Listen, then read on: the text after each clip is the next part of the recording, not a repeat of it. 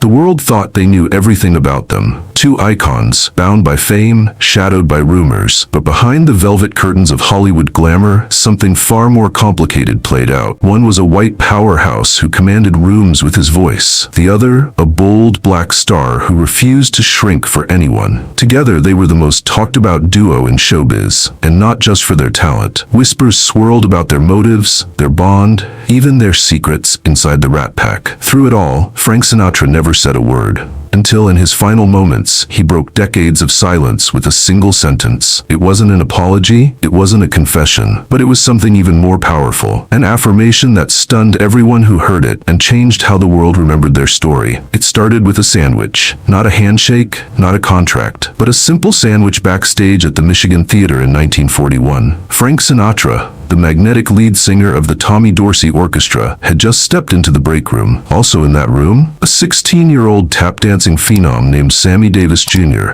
performing as part of the little-known Will Maston Trio. That moment, quiet and unassuming, would spark one of the most unexpected and powerful friendships in American entertainment. A white superstar and a young black performer, connecting in a country still deeply segregated. During the intermission, they shared that sandwich and words. It was their first real conversation. For Davis, this wasn't just small talk. Since childhood, he had followed Sinatra's every move, clipping articles about him and showing them proudly to his grandmother. Not because Sinatra was famous, but because he stood for something Davis could only dream of at the time. Power, respect, and the freedom to speak without fear. You make me feel that spring. In an era when black artists were often denied hotel rooms, dressing rooms, or even the right to walk through the front entrance of the venues they performed in, Sinatra's simple gesture to sit, eat, and treat Davis like an equal was radical. It wasn't just a friendship, it was rebellion. Before they ever shared a stage, Frank Sinatra was already saving Sammy Davis Jr., not with his hands, but with his voice. In 1944, Davis wasn't yet a star. He was a young black man drafted into an unforgiving army, where the battles weren't only overseas, they were in the barracks. Racism didn't wear a uniform. It came in fists, slurs, and cold silences. Beaten, bullied, and treated like he didn't exist, Davis turned to the one thing they couldn't take from him, his ability to entertain. He didn't sing for money. He sang to survive, to disarm hate, to remind his fellow soldiers and himself that he mattered. But it wasn't just the spotlight that kept him going. It was a short film, a message, a lifeline. The House I Live In, starring Frank Sinatra, played like a sermon against prejudice. In one powerful scene, Sinatra challenged a group of kids, and in Davis's mind, the entire country, to question hate. Would you have wanted your father to die just because the blood came from a man of another religion? The film won an honorary Oscar, but for Davis, it felt like more than cinema. It felt like someone saw him, someone powerful, someone white, someone willing to speak out when others stayed silent. Sinatra didn't know it yet, but he had just planted a seed, one that would grow into one of the most unlikely, unbreakable friendships in showbiz history. After returning from the army and stepping back onto the stage with the Will Maston Trio, Sammy Davis Jr. wasn't just performing, he was watching. And he wasn't just watching anyone. His eyes were locked on Frank Sinatra. Davis mimicked the way Sinatra dressed, walked, even styled his hair. Not to flatter, but to transform. To Davis, Sinatra wasn't just a star. He was the living image of the kind of artist Davis dreamed of becoming. Someone who moved through the world unchained by race, boundaries, or expectations. Someone whose talent spoke louder than anything else. It was during this period that the invisible threads of fame began weaving together. Sinatra's star was rising fast in Hollywood and New York, while Davis remained a lesser-known name in the black vaudeville circuit. But admiration has a way of echoing. And eventually, Sinatra began to hear it, noticing this young performer who seemed to shine just a little brighter than the rest. It wasn't the standing ovation that changed Sammy Davis Jr.'s life. It was the man who made the crowd show up. In 1947, Frank Sinatra stood at the peak of fame, performing at New York's iconic Capitol Theater. When asked who should open for him, Sinatra didn't hesitate. The Will Maston Trio. But he didn't stop there. He demanded the theater pay them 5 times their usual rate, not for their sake, but because they were worth it. It was bold, controversial, and risky. The theater had to agree. That night, for the first time, a white audience who normally turned away from black performers sat down and listened. It wasn't just a gig for Sammy Davis Jr., it was a moment, a door swinging open. Years later, in 1954, Davis nearly died in a brutal car crash. He lost his left eye. He was broken in every way a man could be. Lying in a hospital bed, he had no idea where to go next. That's when Sinatra called. "Come to Palm Springs," he said. "Come home." Even though Sinatra hated hospitals, his girlfriend Cindy Ba had to beg him to walk through those antiseptic halls. He showed up, not just with money, but with presence, with friendship, with love. Davis later said, "When I lost my eye, the first place I went was Frank's house in Palm Springs because I had nowhere else to go. No fanfare, no performance, just one man refusing to let another fall." Las Vegas loved his voice, but not his skin. As Sammy Davis Jr. rose in fame, critics applauded and crowds gathered. He was no longer just a side act, he was becoming a star in his own right. But there was one stage he hadn't fully conquered: Las Vegas. The dazzling city was the crown jewel of American entertainment. Yet behind the bright lights, it was steeped in segregation. Black performers like Davis could headline shows at glamorous casinos, but were forced to sleep in run-down, racially segregated neighborhoods miles away. For years, Davis endured it, until one man said, "Enough." Frank Sinatra put his foot down. He told the Sands Hotel, and anyone else who'd listen, that if Sammy couldn't stay in the same hotel as him, the show wouldn't go on. The threat worked. The Sands relented. And just like that, a door cracked open. Davis wasn't just performing in Las Vegas anymore.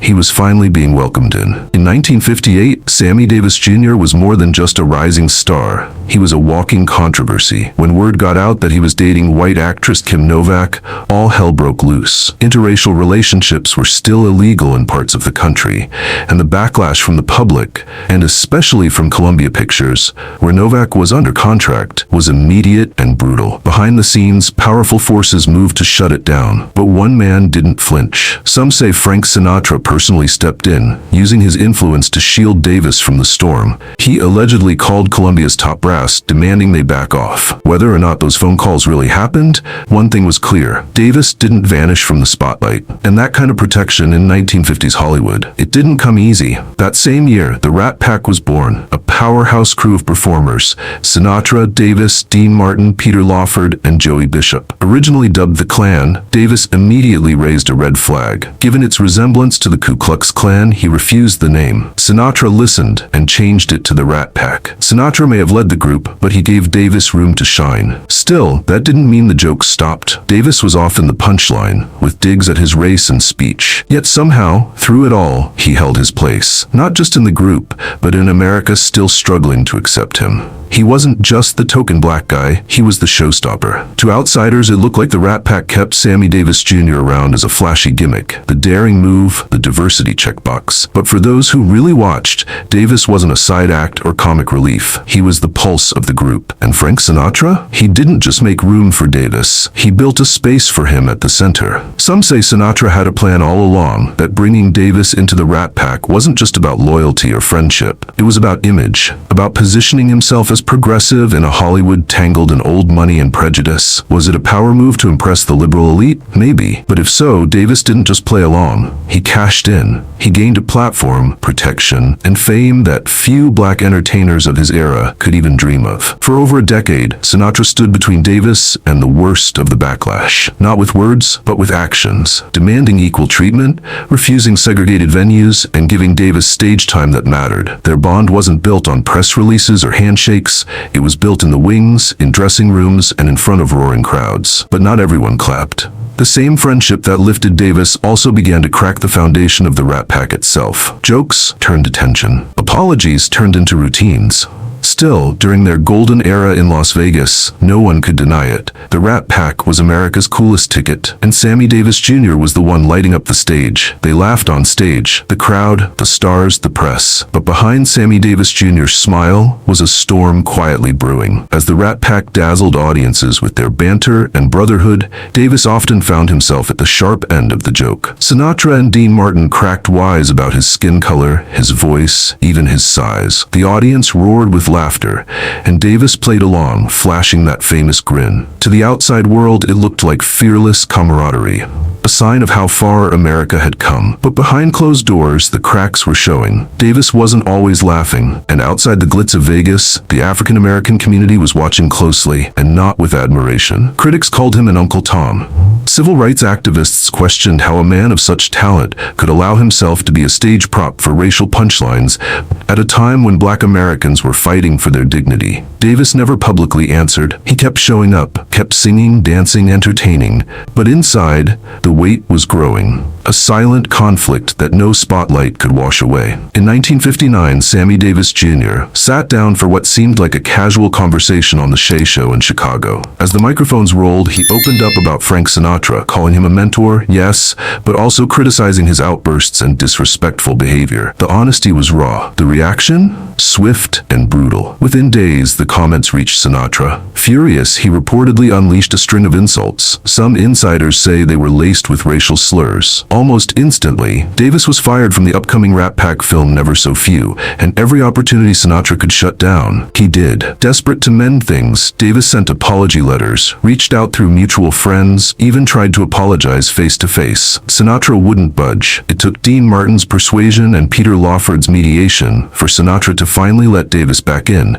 just in time for Ocean's 11. But the damage was done. Their bond, once bulletproof, was now cracked, and it would never fully heal. He knew exactly where the line was and when he had crossed it. Sammy Davis Jr. wasn't just seeking fame, he was surviving it. In a world where a single misstep could cost him everything, Davis understood the delicate balance of power he walked, especially around Frank Sinatra. He once admitted he went too far, said something he shouldn't have, but he also left behind a haunting truth. I know who's in charge, and I know where I stand. That quiet confession cracked the glossy image of the Davis-Sinatra friendship. What the public had celebrated as a bold symbol of racial harmony was, behind closed doors, a tightly controlled dynamic. Sinatra had the power. Davis had to play his part. Years later, Rat Pack members recalled the tension, but never in full detail. Peter Lawford hinted that this was the moment Sinatra became most demanding, even ruthless with Davis. And still, Davis stayed. As long as the stage lights were on, he endured it all. It wasn't a phone call or a public apology that brought Sammy Davis Jr. back into Frank Sinatra's orbit. It was silence, a quiet nod, a reopened door. After the explosive radio feud of 1959, their relationship didn't mend with grand gestures, but with calculated moves and unspoken understandings. Sinatra had cut Davis out of a major film, but eventually allowed him back into the Rat Pack, not out of sentiment, but strategy. Forgiveness? Yes, but always on Sinatra's terms. The message was clear. Friendship with Sinatra came with boundaries. Cross them and even the most dazzling star could be dimmed. In the early 1960s, they weren't just entertainers, they were agitators with tuxedos. Sinatra, the ultimate insider, used his clout to push for change, organizing a high-profile benefit concert for Dr. Martin Luther King Jr. at Carnegie Hall in 1961. Davis was there too, singing, raising funds, standing as a symbol of racial progress in America. But their most powerful moves happened far from the cameras. In Las Vegas, when a black couple was denied entry to the Sands Hotel showroom, Sinatra didn't hesitate. He stopped the performance, turned to management, and made his stance crystal clear. Either change your racist policy or lose Frank Sinatra. The hotel caved. Davis said nothing then, but years later he summed it up best. Frank didn't have to tell me anything. I saw him do it. When the spotlight was brightest, the betrayal hit hardest. John F. Kennedy had just been elected president in 1960, and Frank Sinatra and Sammy Davis Jr. were some of his loudest champions. Sinatra pulled all his weight in Hollywood to support JFK, transforming political backing into a glamorous campaign. Davis, a visible symbol of change, was set to sing at the inaugural celebration. But then the unspoken boundaries of race and politics snapped shut. Just weeks before the inauguration, Davis's interracial marriage to Swedish actress May Britt became public. Quietly, without any formal announcement, Davis was cut from the performance lineup. The reason? Kennedy's advisors feared backlash from Southern voters who weren't ready for that image. A black man married to a white woman, standing center stage. Davis was crushed. He didn't lash out, didn't speak publicly, but close friends said he felt betrayed. like he had helped build a house only to be locked out of it. Sinatra didn't rage either. He stayed supportive of Kennedy for a while, but something shifted. He distanced himself from the White House, and friends say he never quite forgave the snub. No headlines, no quotes, just silence and withdrawal. Then came 1963. Sinatra's son, Frank Jr., was kidnapped. Chaos ruled the airwaves. Yet in that moment of crisis, Sammy Davis Jr. quietly appeared at Sinatra's side. No cameras, no press, just presence. He stayed close, kept in touch with the Rat Pack, and offered quiet strength. No thank you speeches followed. No magazine spreads. But behind the scenes, that's when their bond proved real. Unflashy, unsaid, and unbreakable. When Sammy Davis Jr. hugged President Richard Nixon on national television in 1972, it sent shockwaves through the black community. To many, it felt like a betrayal. To Frank Sinatra, it was something else entirely. He pulled his old friend aside and said quietly, "Just live with your choices." By then, Sinatra had already switched political sides, from a loud, loyal Democrat to a quieter, more reserved Republican. His once vocal stance on civil rights had faded into the background, while Davis remained visible, still fighting, still showing up for the cause. The two men didn't drift apart, not publicly, but the world around them had changed, and so had they. 15 years later, fate drew them back together in tragedy. Dean Martin's son had died in a plane crash. Davis was battling laryngeal cancer. Sinatra's health was failing too, but the old bond held. Along with Liza Minnelli, they agreed to one final tour, a farewell of sorts for the Rat Pack. The tour wasn't perfect. The voices were weaker, the steps weren't crisp, but the feeling between them was unmistakable. Loyalty beyond the stage lights, a silent promise to stand beside each other, no matter what. When Davis died on May 16, 1990, Sinatra didn't hesitate. He canceled all performances, flew to California, and carried his friend's casket. At the funeral, when asked to speak, he simply said, "It's hard to sum up a friendship of more than 40 years in a few words. I wish the world could have known Sammy the way I did." It wasn't just the end of an era. It was the quiet, dignified closure of a bond forged in spotlight, stress, and something deeper, brotherhood. The stage lights had dimmed, the applause had faded, and the voices that once filled America's smoky clubs were gone. But the echoes of Frank Sinatra and Sammy Davis Jr.'s complicated friendship refused to die. Years after both men passed away, on the same date, 8 years apart, their bond became the subject of deeper reflection. What looked like brotherhood under the spotlight was, behind the scenes, a delicate dance of loyalty, control, gratitude, and survival. One of the most revealing windows into that relationship came from Sammy Davis Jr. A Personal History with My Father, 2014, written by Davis's daughter, Tracy Davis. In her memoir, she described her father's deep appreciation for Sinatra, how he had opened doors no one else would. But she also detailed the toll it took, the jokes that cut too deep, the silent expectations, the pressure to keep smiling, even when it hurt. Davis had long understood that being accepted by white audiences meant walking a tightrope. One wrong joke, one misstep, could end everything. And though Sinatra never spoke publicly about Davis in his later years, especially after stepping back from public life in the 1990s, the world remembered. When he died on May 14, 1998, exactly 8 years after Davis, newspapers hailed their bond as proof that friendship could transcend race, politics, and power. But behind that glossy legacy was a much messier truth. The mystery of Frank Sinatra and Sammy Davis Jr.'s relationship has long fueled speculation, from whispers of romance to tales of power struggles behind closed doors. But when the FBI finally opened its vault of documents after Sinatra's death, the revelations were underwhelming. No drama, no regrets, no evidence of betrayal, heartbreak, or secret love affairs, just silence. There was no record of Sinatra ever apologizing to Davis,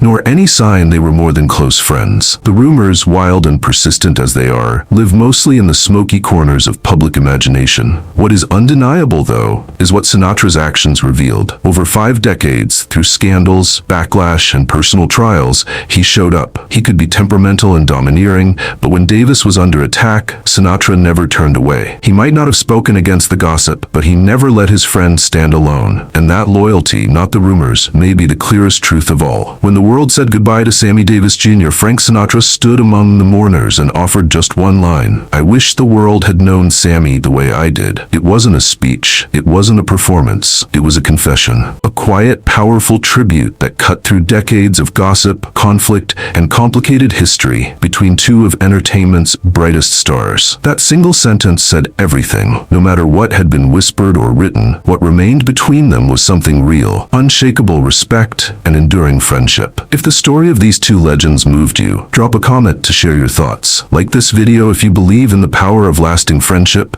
share it to keep their story alive, and subscribe so you don't miss more emotional journeys like this one.